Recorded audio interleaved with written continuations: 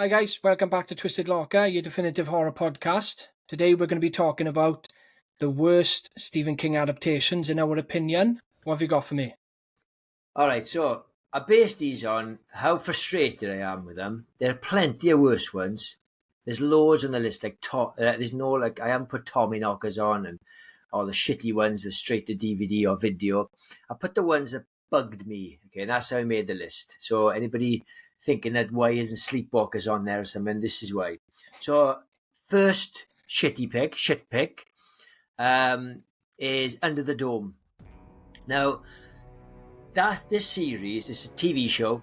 Starred Dean Norris from he's Hank from Breaking Bad, and Mike Vogel or some of the guy's name is. He's the blonde, good-looking guy from Texas Chainsaw. He's in Cloverfield.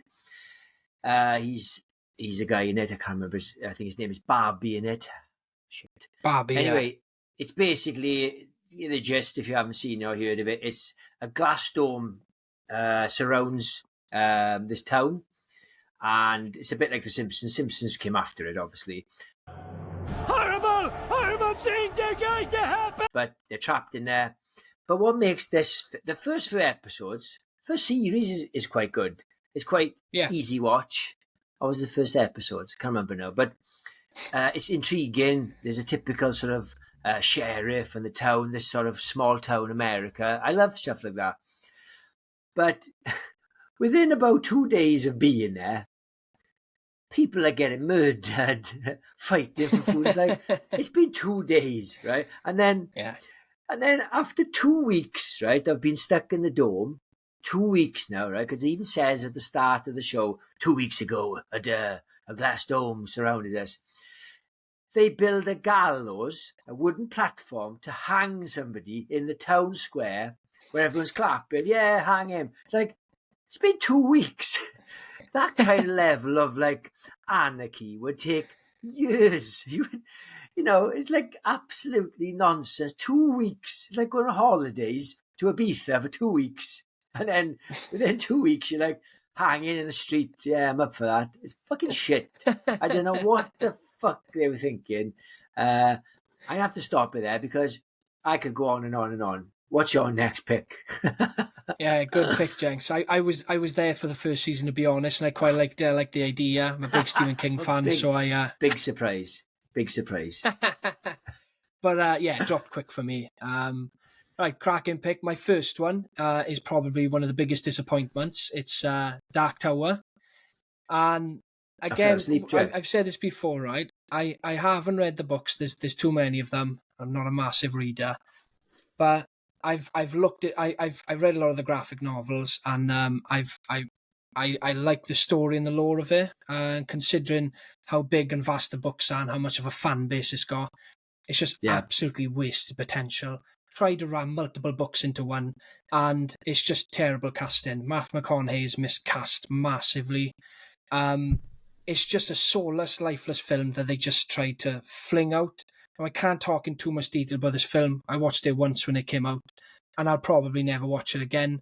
It's just a shame that it wasn't a series or a multi-movie deal where they actually had time to develop the story and get it moving like it's supposed to, because it's such a great and vast story, and it's got the potential, with the fan base the books have, it's got the potential to be as big as Harry Potter and Lord of the Rings. I know that's a big statement, but this story has such a huge fan base. And I don't think Stephen King still hasn't finished the books. I'm not 100% certain. But I think he's up there with George R.R. Martin for making people wait for endings. But that's my first pick. Awful adaptation. Yeah. And also as well, I showed it was like 90 minutes long, which I love a 90-minute long film. But you can't make like about 10 books. Like, it's ridiculous. Yeah. Yeah, exactly. Right. My next pick. You're going to lynch me for this. I know you are. It Part 2. You gotta be fucking kidding. Now, that's why I said a disclaimer at the start that I know Tommy Knockers is worse. I know Sleepwalkers is worse. I know The Great Dreamcatcher is worse. But they didn't fucking bug me as much as this film. Okay? The first part is fucking awesome, right? I I'm not a big fan. I don't really like Andy Muschietti as the director. He's, again, like you said in previous videos, he's way too reliant on CGI. The Mama was way over the top, just watching a cartoon. And he probably overused it a little bit in the first It, but the second part, it's so shit, right? It's such a mess. Now, the second half of the book, and same with the miniseries of 1990, the second half is always going to be the weaker one. Everybody loves the children, that Stand By Me vibe of children getting together. And it's not necessarily the film's fault. For example, the reason that the first half works so well is because children are vulnerable. They don't have a voice. They don't have money, resources. They don't have physical strength. So they are very vulnerable with an attack from a monster. Fast forward 27 years, when they're older, they've got money, they've got strength, they've got resources. They could hire a fucking team of mercenaries to go down into the sewer and take him out. Why would they go down? Come on, we're going to get him. It's like, fuck that shit. Just send like loads of Marines in there. They can afford it. They're all successful. And they kill him in pretty much the same way as they killed him in the first one. Now, again, it's based on a book or whatever, it's based on a miniseries, but the reliance on CGI in the second one, there's one scene where they're opening fortune cookies in the Chinese restaurant, and all these little monsters come out. And then there's another scene where there's a big, massive lumberjack statue that comes alive.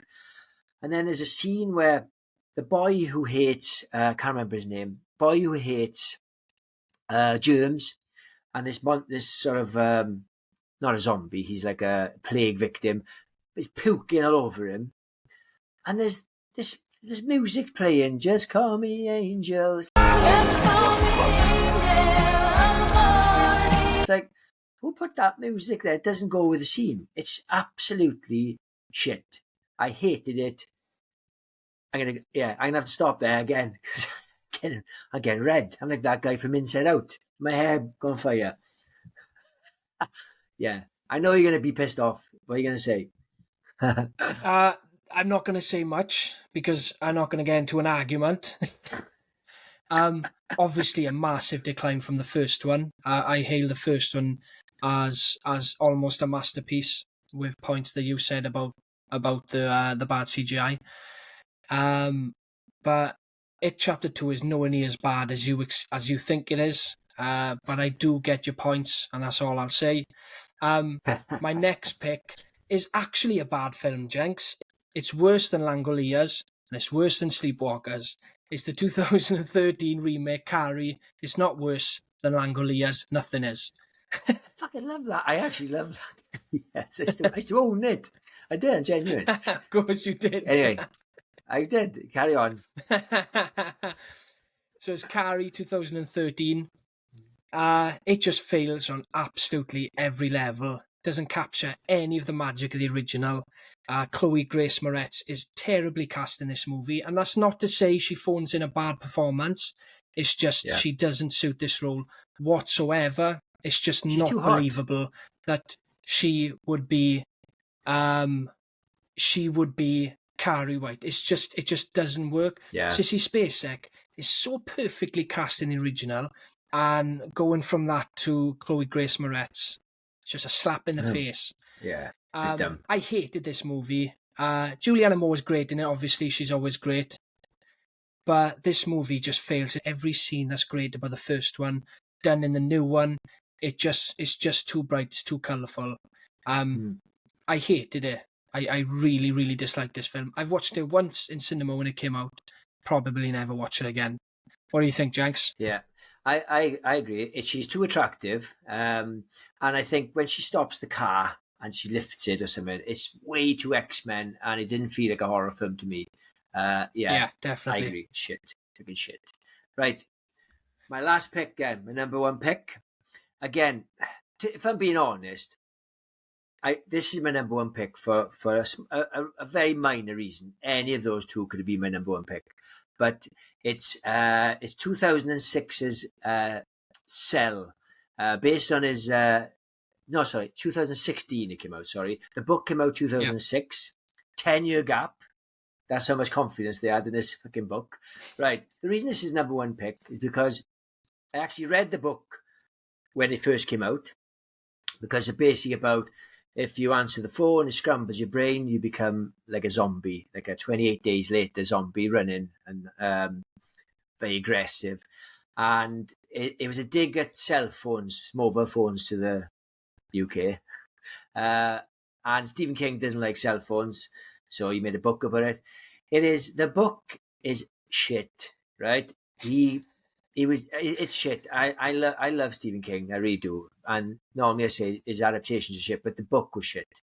I don't want to spoil what happens in the end, but there's something that happens in the end. I don't want to spoil the plot.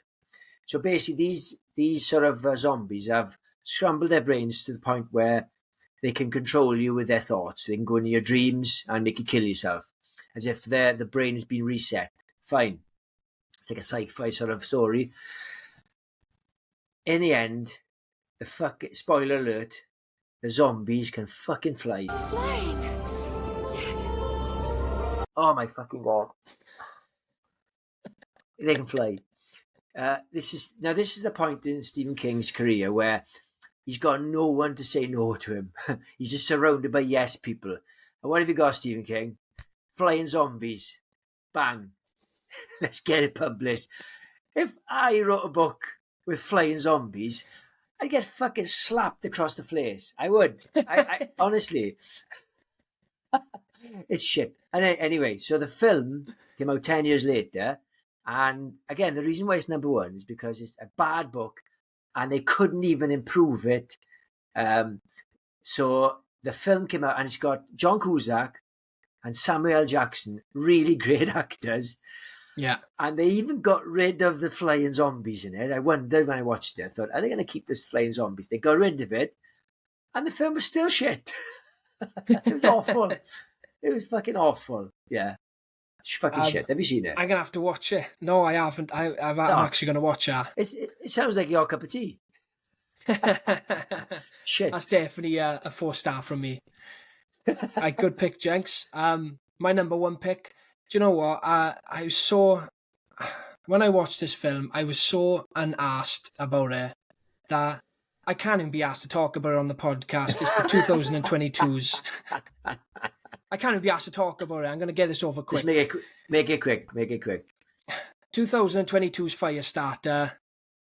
It's just, it was so uninspired, so boring. I was bored one afternoon, sitting on the couch, just scrolling. I thought, I got nothing else to watch.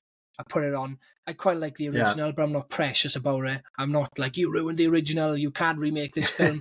I'm not that precious about it. But, oh my God, it makes the original seem like a masterpiece. I was so bored watching this film, I can't even tell you that much about it. And that is exactly why it's a number one spot. Because I've watched a lot of bad Stephen King films and series. And I at least watched those and engaged with them a little bit. Even Sleepwalkers. I actually quite liked that at one point when I was small. At one point. At one point. A very small point. There's not much more I can say about this. It's just completely uninspired. It really does feel like a direct-to-video movie. And it's a shame. I've actually grown to love Zac Efron over the last few years. He's done some really good films. And he's come a long way since High School Musical. Rock out with my cock out. But this film was a massive setback for him. Just a poor film and a poor remake. But that is all we've got time for today, guys. Just remember, if you enjoyed the video, leave a comment, like and subscribe, and we'll catch you on the next one. Cheers, guys.